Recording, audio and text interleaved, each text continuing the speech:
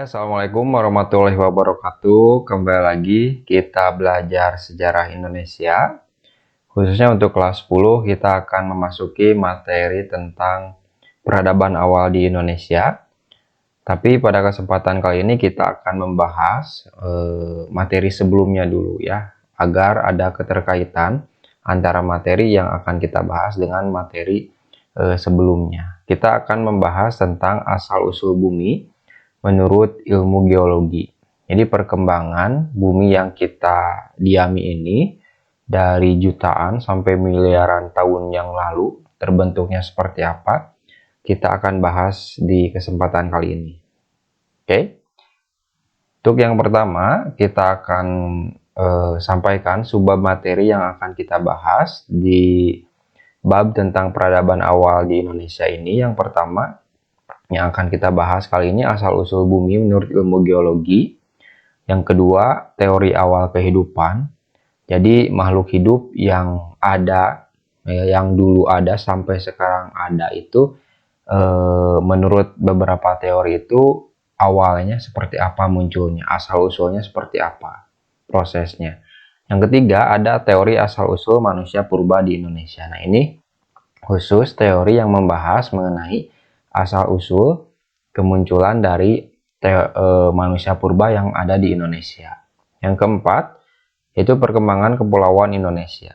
Sebelum kita mengenal kepulauan yang ada di Indonesia dari Sabang sampai Merauke ya, ada Sumatera, Kalimantan, Sulawesi, Jawa, dan Papua itu dulunya jutaan tahun yang lalu itu seperti apa bentuknya ya. Yang kelima, kita akan membahas mengenai corak kehidupan manusia purba menurut ilmu arkeologi. Jadi arkeologi ini ilmu tentang peninggalan ya, peninggalan manusia purba dulu itu, artefaknya itu dikaji ya berdasarkan peninggalannya. Yang keenam itu jenis-jenis manusia purba di Indonesia, dari yang pertama ditemukan sampai yang terbaru. Dalam artian yang paling tua itu Meganthropus Paleojapanicus, masuk ke Pithecanthropus erectus, dan masuk ke manusia modern yaitu Homo sapiens. Dilanjut, bagaimana awal terbentuknya bumi ini? Nah, ini pertanyaan besar dan mungkin sudah banyak teori yang membahas tentang awal asal muasal terbentuknya bumi yang kita diami ini.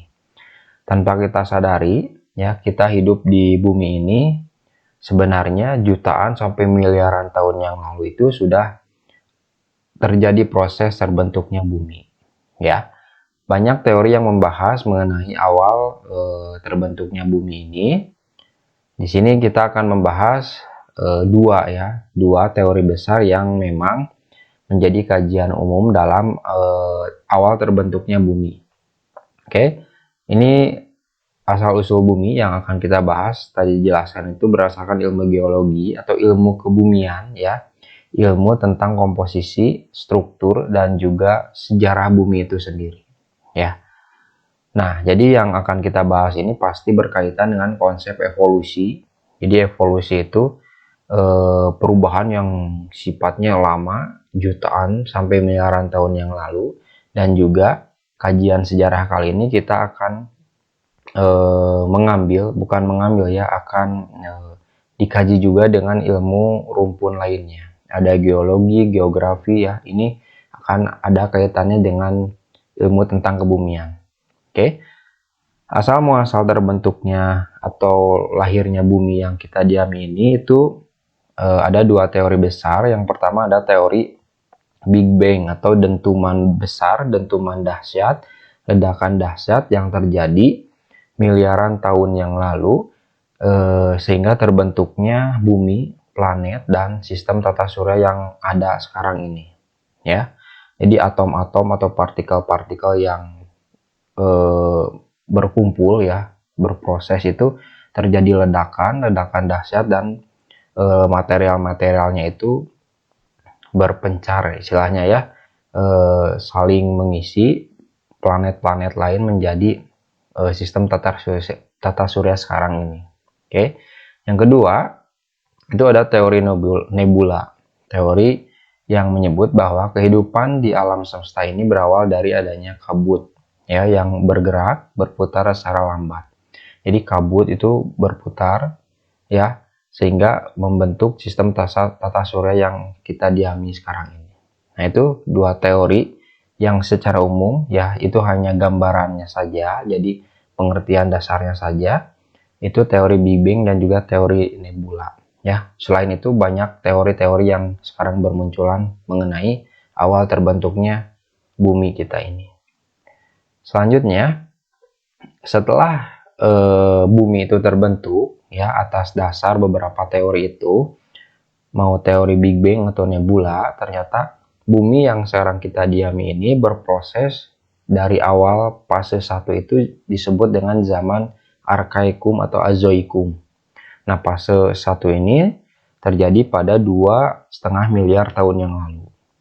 Fase kedua itu fase atau zaman Paleozoikum, di mana terjadi pada kisaran tahun 500 sampai 245 juta tahun yang lalu. Fase ketiga masuk ke Mesozoikum. Zaman Mesozoikum terjadi pada tahun 245 sampai 65 juta tahun yang lalu, dan yang keempat itu zaman Neozoikum sekitar 60 juta tahun yang lalu. Nah, satu persatu fase dari perkembangan bumi ini menurut ilmu geologi ya yang kita bahas tadi itu ini ya. Jadi ilmu geologi berdasarkan ilmu geologi dibagi menjadi 4 perkembangan: Arkaikum, Paleozoikum, Mesozoikum, dan Neozoikum.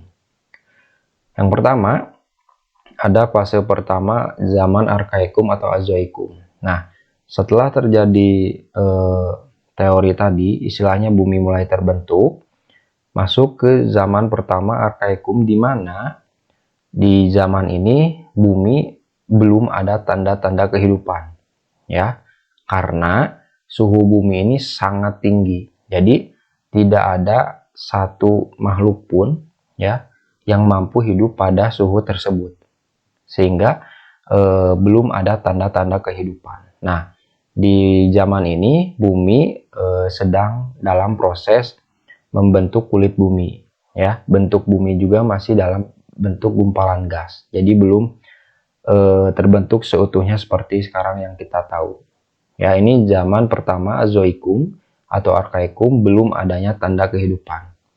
Mau makhluk hidup, tumbuhan, flora, fauna, mikroorganisme itu di sini belum ada.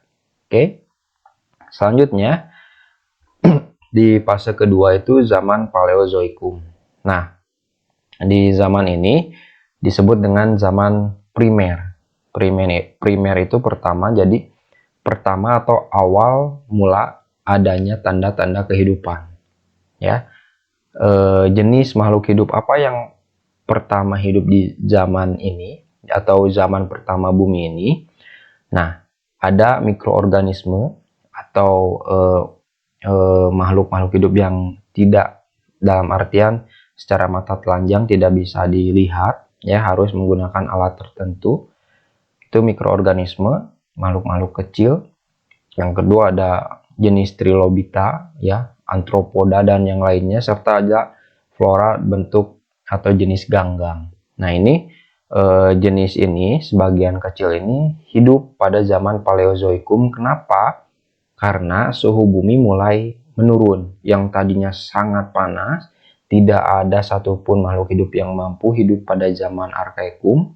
Ternyata ratusan juta tahun atau selanjutnya di zaman Paleozoikum suhunya mulai menurun ya. Bumi mulai sedikit stabil ya, meskipun tidak langsung bumi suhunya itu langsung dingin ya, tapi mulai ada kestabilan. Nah, ini beberapa tanda-tanda kehidupannya, adanya mikroorganisme, ganggang, dan juga trilobita. Oke, fase yang selanjutnya, fase ketiga itu ada zaman Mesozoikum ya, pertengahan.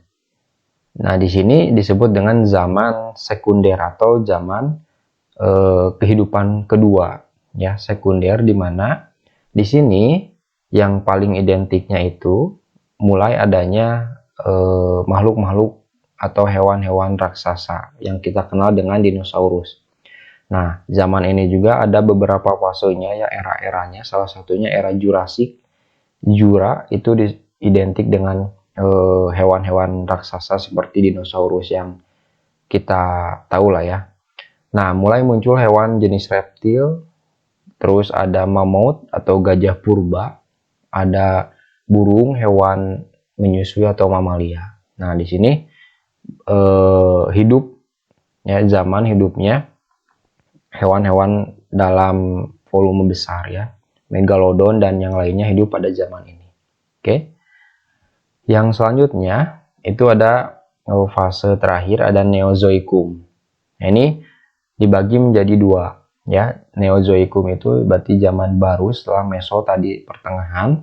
Ada zaman tersier dan zaman kuarter. Zaman tersier itu mulai adanya muncul primata jenis kera ya. Nah, di sini kemana dinosaurus yang sebelumnya hidup pada era Jurassic? Ada beberapa hipotesis yang menyebutkan bahwa mereka punah karena adanya bencana dahsyat dalam bentuk hujan meteor. Jadi bumi dihujani meteor sehingga hewan-hewan raksasa tersebut punah. Nah, mulai muncul primata dalam jenis kera. Di zaman selanjutnya ada zaman kuarter, itu dibagi juga menjadi dua ya. Ada kala Pleistosen ya. Di sini mulai muncul manusia purba ya. Manusia purba yang ciri-ciri fisiknya memang dalam volume otak itu lebih kecil ya, dagu memanjang dan yang lainnya ya. Itu memang muncul pada zaman Pleistosen ya. Di belahan bumi lainnya yang kita kenal mungkin di Indonesia hanya Meganthropus, Pithecanthropus, Homo sapiens dan wajak atau Floresiensis dan yang lainnya. Di belahan bumi yang lain itu ditemukan juga beberapa manusia purba. Di Chinese ada Pekinensis ya. Di Afrika itu sangat banyak ditemukan manusia purba, sehingga ada teori yang menyebutkan bahwa manusia purba yang ada di belahan bumi lainnya itu berasal dari Afrika, karena setiap fosil yang ditemukan di benua lain itu ditemukan juga di Afrika. Nah, itu disebut dengan teori out of Africa. Nanti kita bahas. Selanjutnya ada kala Holosen. Nah, di sini mulai muncul manusia modern ya. Mungkin di gambar di samping ini hanya ilustrasi saja ya. Jadi adanya evolusi dari manusia purba ya, ini menurut teori Darwin, adanya evolusi manusia purba menuju ke manusia modern itu terjadi pada kala Holosen. Jadi Homo sapiens ini ciri-cirinya mulai berubah dari bentuk fisik dan juga volume otaknya semakin membesar. Oke. Nah, itu pembahasan secara umum ya yang akan kita bahas hanya sebagai pengantar sebelum kita masuk ke peradaban awal di Indonesia itu seperti apa. Jadi intinya kita akan membahas jenis manusia purba yang ada di Indonesia dan fase kehidupannya ya, dari zaman Paleolitik, Mesolitikum, Neolitikum dan yang lainnya ya, dari zaman batu sampai zaman besi ya, perunggu yang itu nanti kita bahas. Oke. Zaman logam istilahnya. Terima kasih atas perhatiannya. Cukup sekian video pembelajaran kali ini. Nanti kita lanjut dengan materi yang berhubungan dengan materi ini. Oke. Assalamualaikum warahmatullahi wabarakatuh.